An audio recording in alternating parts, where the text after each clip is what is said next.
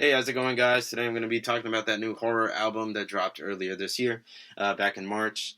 If you are not familiar with horror, they are a punk group from New Jersey. Although some folks might argue with me on that, their music does blend genres a lot, a lot of fusions. It blurs the lines, but to me, these guys are punk. The main two founding members are the OGM and Eddie. They've been the real heart and soul of the group since its inception. But they have collaborated with other performers and artists throughout the years, such as Ian Longwell, who was a drummer and producer that worked with Santigold back in the day, and Brandon Pertzborn. If you know a thing or two about punk, he was a former member and drummer for the band Black Flag back in the day. And Horror themselves have consistently been putting out music since about 2012. They've got a ton of mixtapes, singles, even another album under their belt, and a lot of collaborations with other contemporary alternative artists, which is how I found out about these guys. They've done music with acts like Ghostmane and the band Three Teeth, both awesome artists in their own right. But the guys from Horror are sick. These guys are legit. This album, Skin, feels like a refined, definitive statement for the group. It's really a sort of project that you can show to anybody to kind of say, hey, this is the kind of music that they make. This is what they're about. It's also interesting to note, I didn't know this going into the album, but Travis Barker did work on this project. I was reading a couple of interviews and watching the members speak on how reluctant they were a little bit at first about the idea of having Travis Barker coming in, just because they listened to Blink-182 and they said, that's pop punk, we don't really do that. But I've got to admit, Barker did bring a lot of cool sounds and ideas to the table, and they managed to create something really cool. Also interesting to note, this album, Up to Date, is the only album that Horror has ever released through a label. They've been hardcore DIYs since the beginning. All of their music has been released independently up until this point. I've got a lot of respect for them. But without further ado, I'm just going to go ahead and give my highlights for this project. It's not very long and it's paced very well. It's a total of 12 tracks. And track number 1 is entitled Nug Schneid. This intro track is crunchy, it's angry, it's a sucker punch for the listener, and what I would say a perfect intro for this project. The instrumental itself has subtle melodic elements in the guitars, but the music is atonal for the most part. We do get a ton of blast beats and a thick 808 beat to contrast. It's very cool how they are able to organically mix genres together. I wasn't able to find lyrics online, but this song feels very confrontational. Just imagine someone disrespected you and you need to make it abundantly clear that you're not about to let it fly. It's an unhinged intro. Track number 2, entitled Battery Not Included. I love the sample that we get at the intro of this song. You just hear this angry man ranting and raving about how much he hates techno and how much he hates folks that make it and that listen to it. And ironically, immediately following the sample, the instrumental kicks in with a crazy techno electronic beat, which then transforms into a heavy metal drum set that's accompanied by chugging electric guitars. It's really cool. The vocal deliveries there, the trademark raspy screams and shouts that you would expect to hear from hardcore, it's all there. Thematically, the song feels like it's stuck between two distinct emotional spaces. You've got lyrics like, look at what you made me, product of my environment. You've got lines like, nothing's ever perfect, but if we're honest, maybe we'll find a way. It's clear that there's a lot of conflict sitting at the core of the narrator of the song. And the song itself closes out. It's got an interesting bridge that's like a breather for the listener. And then after this, we've got an intense outro that brings the energy back to 100. It's paced very well. Track number 3, Bite My Face. This was the only single that I had heard running into the album before it released. And it was huge. I mean, Corey Taylor was on the song. And the intro to this song is undeniably sexy. In a black leather platform boots kind of way. The entire song is dripping with dark, grimy, sensual energy, and I really do enjoy that.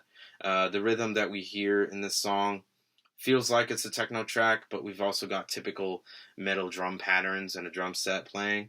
And horror just manages to fuse both styles into one song in a way that feels very organic. Nothing feels forced or out of place. If you're familiar with their music, you know that it's their thing. They do that a lot. But they do it to the point where it becomes a new thing. It's its own genre at this point.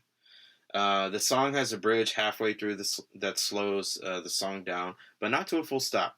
I don't know that the tonality changes here, but the instrumental does change, and it feels like we're feeling like the warmth of some lights in all of the darkness. That is the rest of the song. This brief section then leads the listener into a brutal breakdown section, which keeps the listener suspended in the air until the remainder of the track. Featuring scenes of sex and violence, this song is full of imagery that's sure to keep the listener engaged, honestly. Corey Taylor's vocals are as solid as they can be, and they feel right at home on this track. Him being on this song feels like a giant metal stamp of approval for the horror guys, and I would love to hear them all come together and work on something in the future. Maybe more collaborations, I don't know, but that would be awesome. Track number 4, Slow Bread, featuring Bun B, none other than Bun B. This song features a laid-back, classic horrorcore type of production. This song here slows the entire album down, gives the listener a break, a breather of sorts. And the instrumental features a lot of cool synths. There's this high-pitched synth that holds down some pedal tones. And we can also hear some subtle guitars with what tastes like flanger. It's really cool what they did on the guitar tones. And there's a smooth drum pattern that emphasizes this slower tempo. It's time to chill out for a bit. It's a welcome change for the song because it's oozing with energy. I haven't heard a lot of music like this from them in the past, but I haven't listened to their entire catalog. The rapping that we hear on this song is very smooth. The delivery is kind of grimy. It's grim. It's dark. And the Bun B feature is very strong, and honestly, it elevates the energy of the song.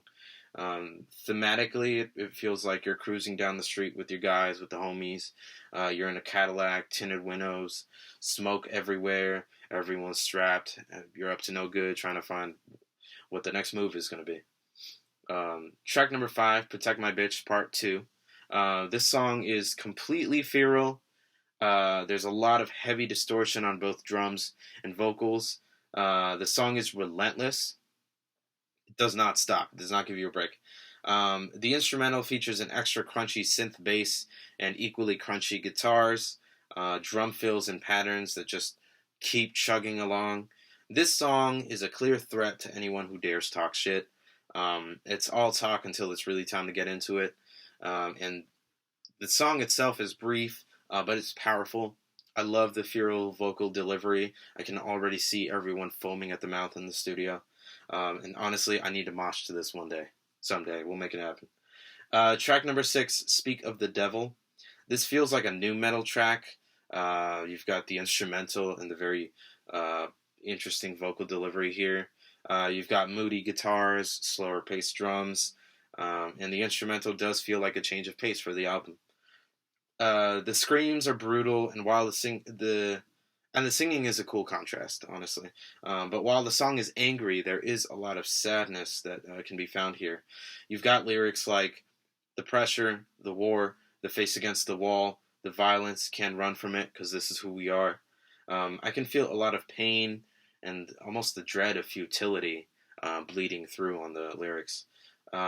It's almost like they're past the point of frustration, and what we hear here is more of a sad surrender, just accepting things for what they are and not being able to change them. Track number 7, Skinhead, featuring Saul Williams, another legend. This instrumental features a heavy punk sounding instrumental. The intro picks things right back up from where the last song left off. And this song is genuinely a trip. It feels like the narrator switches multiple times throughout the song. The intro itself feels like a skinhead who's just kind of talking just to talk, looking for some kind of release. They even threw in some neo-Nazi symbolism in there, which I wasn't expecting. You've got the double S imagery. You've got the number 1488. And then they switch it up. There's another verse after this. I can't really pinpoint what kind of genre it would be, but it's definitely more rap influenced. It's a very cool like interlude in the middle of the song. And then immediately after this, we jump into a verse who has another angry person on there, finally getting some kind of release that they might have been looking for. The instrumental here switches to a breakdown section, and it features the lyrics like, "Whole world on their knees, watch the Terminator bleed. Bitch, I ain't come here to freeze. I've got my hands around the neck of the law." And that's the refrain. It's clear that the anger here is violent and it's blistering. The guitars that accompany the breakdown are noisy, heavily distorted. It's like just imagine a large, massive, angry wasp that is coming after you. The outro itself is also beautiful. It's insightful, and it plays out like a spoken word piece. I couldn't quote a single part of it. You just have to listen to it. It's so cool. The wordplay that's used there, it's beautiful stuff. And the instrumental that we hear during this section is calming and it's very subtle. An interesting outro for a really over-the-top song. Track number 8, Lower Than Scum. This song kicks the album into a new gear, especially with that sample at the beginning. Unhinged stuff. The instrumental itself features a lot of noise. It hits you like a brick wall. Crazy blast beats, feral growling that greets you as you're thrown into a chaotic and violent scene. It's a very brief and brutal song. Just imagine like a Napalm Death tune.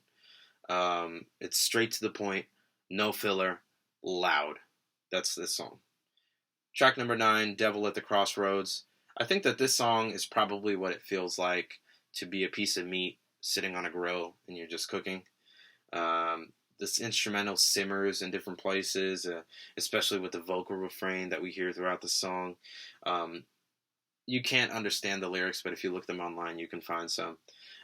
It's a surprisingly catchy hook.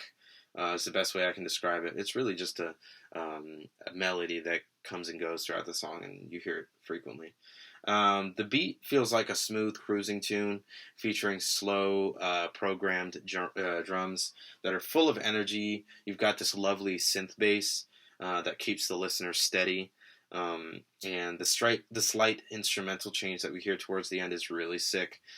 It does give you, as the listener, an intermission featuring only synths and the programmed drums. It's really nice.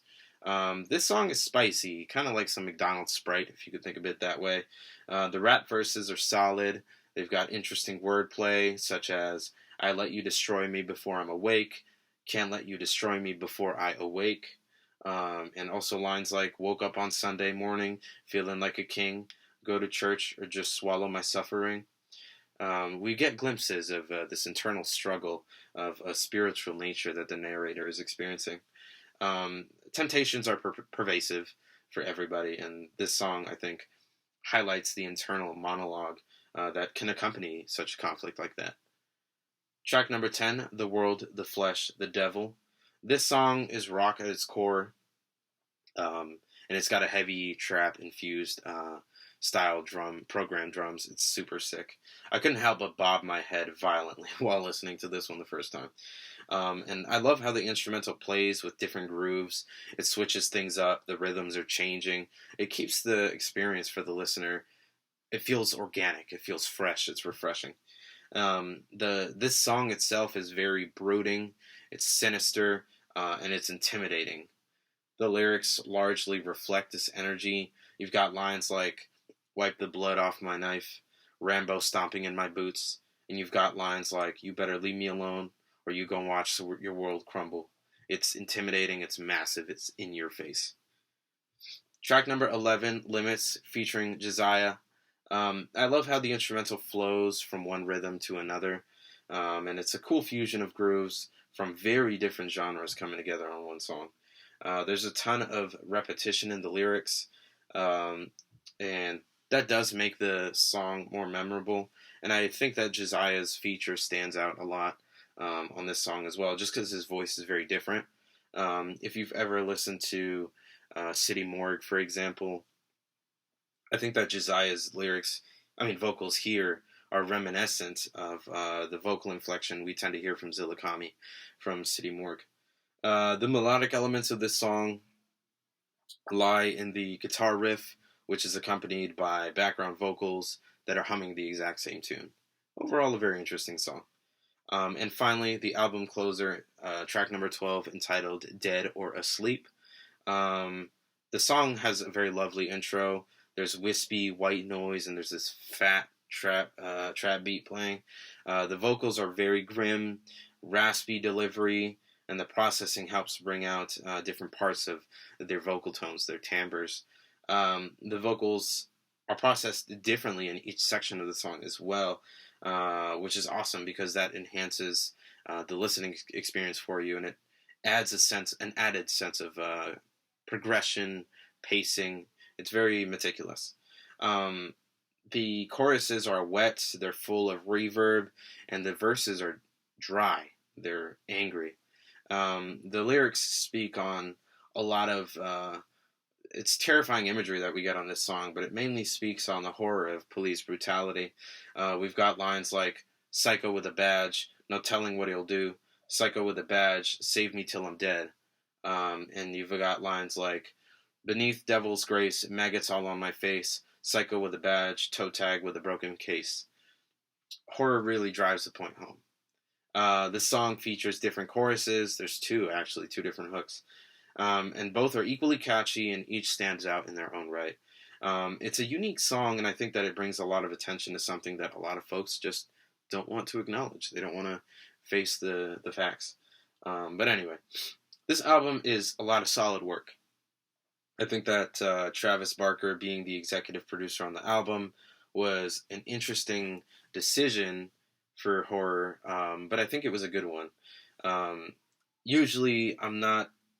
I feel like Travis Barker's work nowadays can be hit or miss, but I don't think that he was slacking at all on this project.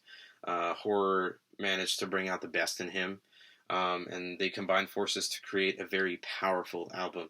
I've watched, as I mentioned, the interviews with the guys from Horror, and I heard that I hear a lot of their desire to keep growing, to gain a larger audience. I mean, they recognize that the underground is where they were born and raised, and they know their place in the underground. But they acknowledge that there is a bigger end goal. This is not the end all be all. They want to keep growing and reach more people, reach more folks. And I think that this album does have the potential to tap in to new audiences that were not hip to them before. They've got the sound, they've got the energy, they've got the look, and their performances always have those chops to them. They've got what it takes to help them stand out. This album is definitely big. It's brooding. It's feral, and I'm honestly excited for the guys to see how far they can go. I just want to see them succeed. And I genuinely, if you love punk, if you love alternative music, edgy stuff, this is definitely a group you might want to check out if you've never heard of them before. And I'm really excited to see whatever it is that they do next, because I know it's gonna hit, and I know it's gonna be crazy. But yeah, that's pretty much all my thoughts on this album. If you have some music that you want to share with me, please send that my way. I'm like hungry for new music nowadays. And if you've taken the time to sit here and listen to me talk about Horror and the album Skin, I appreciate that, and I hope that you have a great and wonderful day.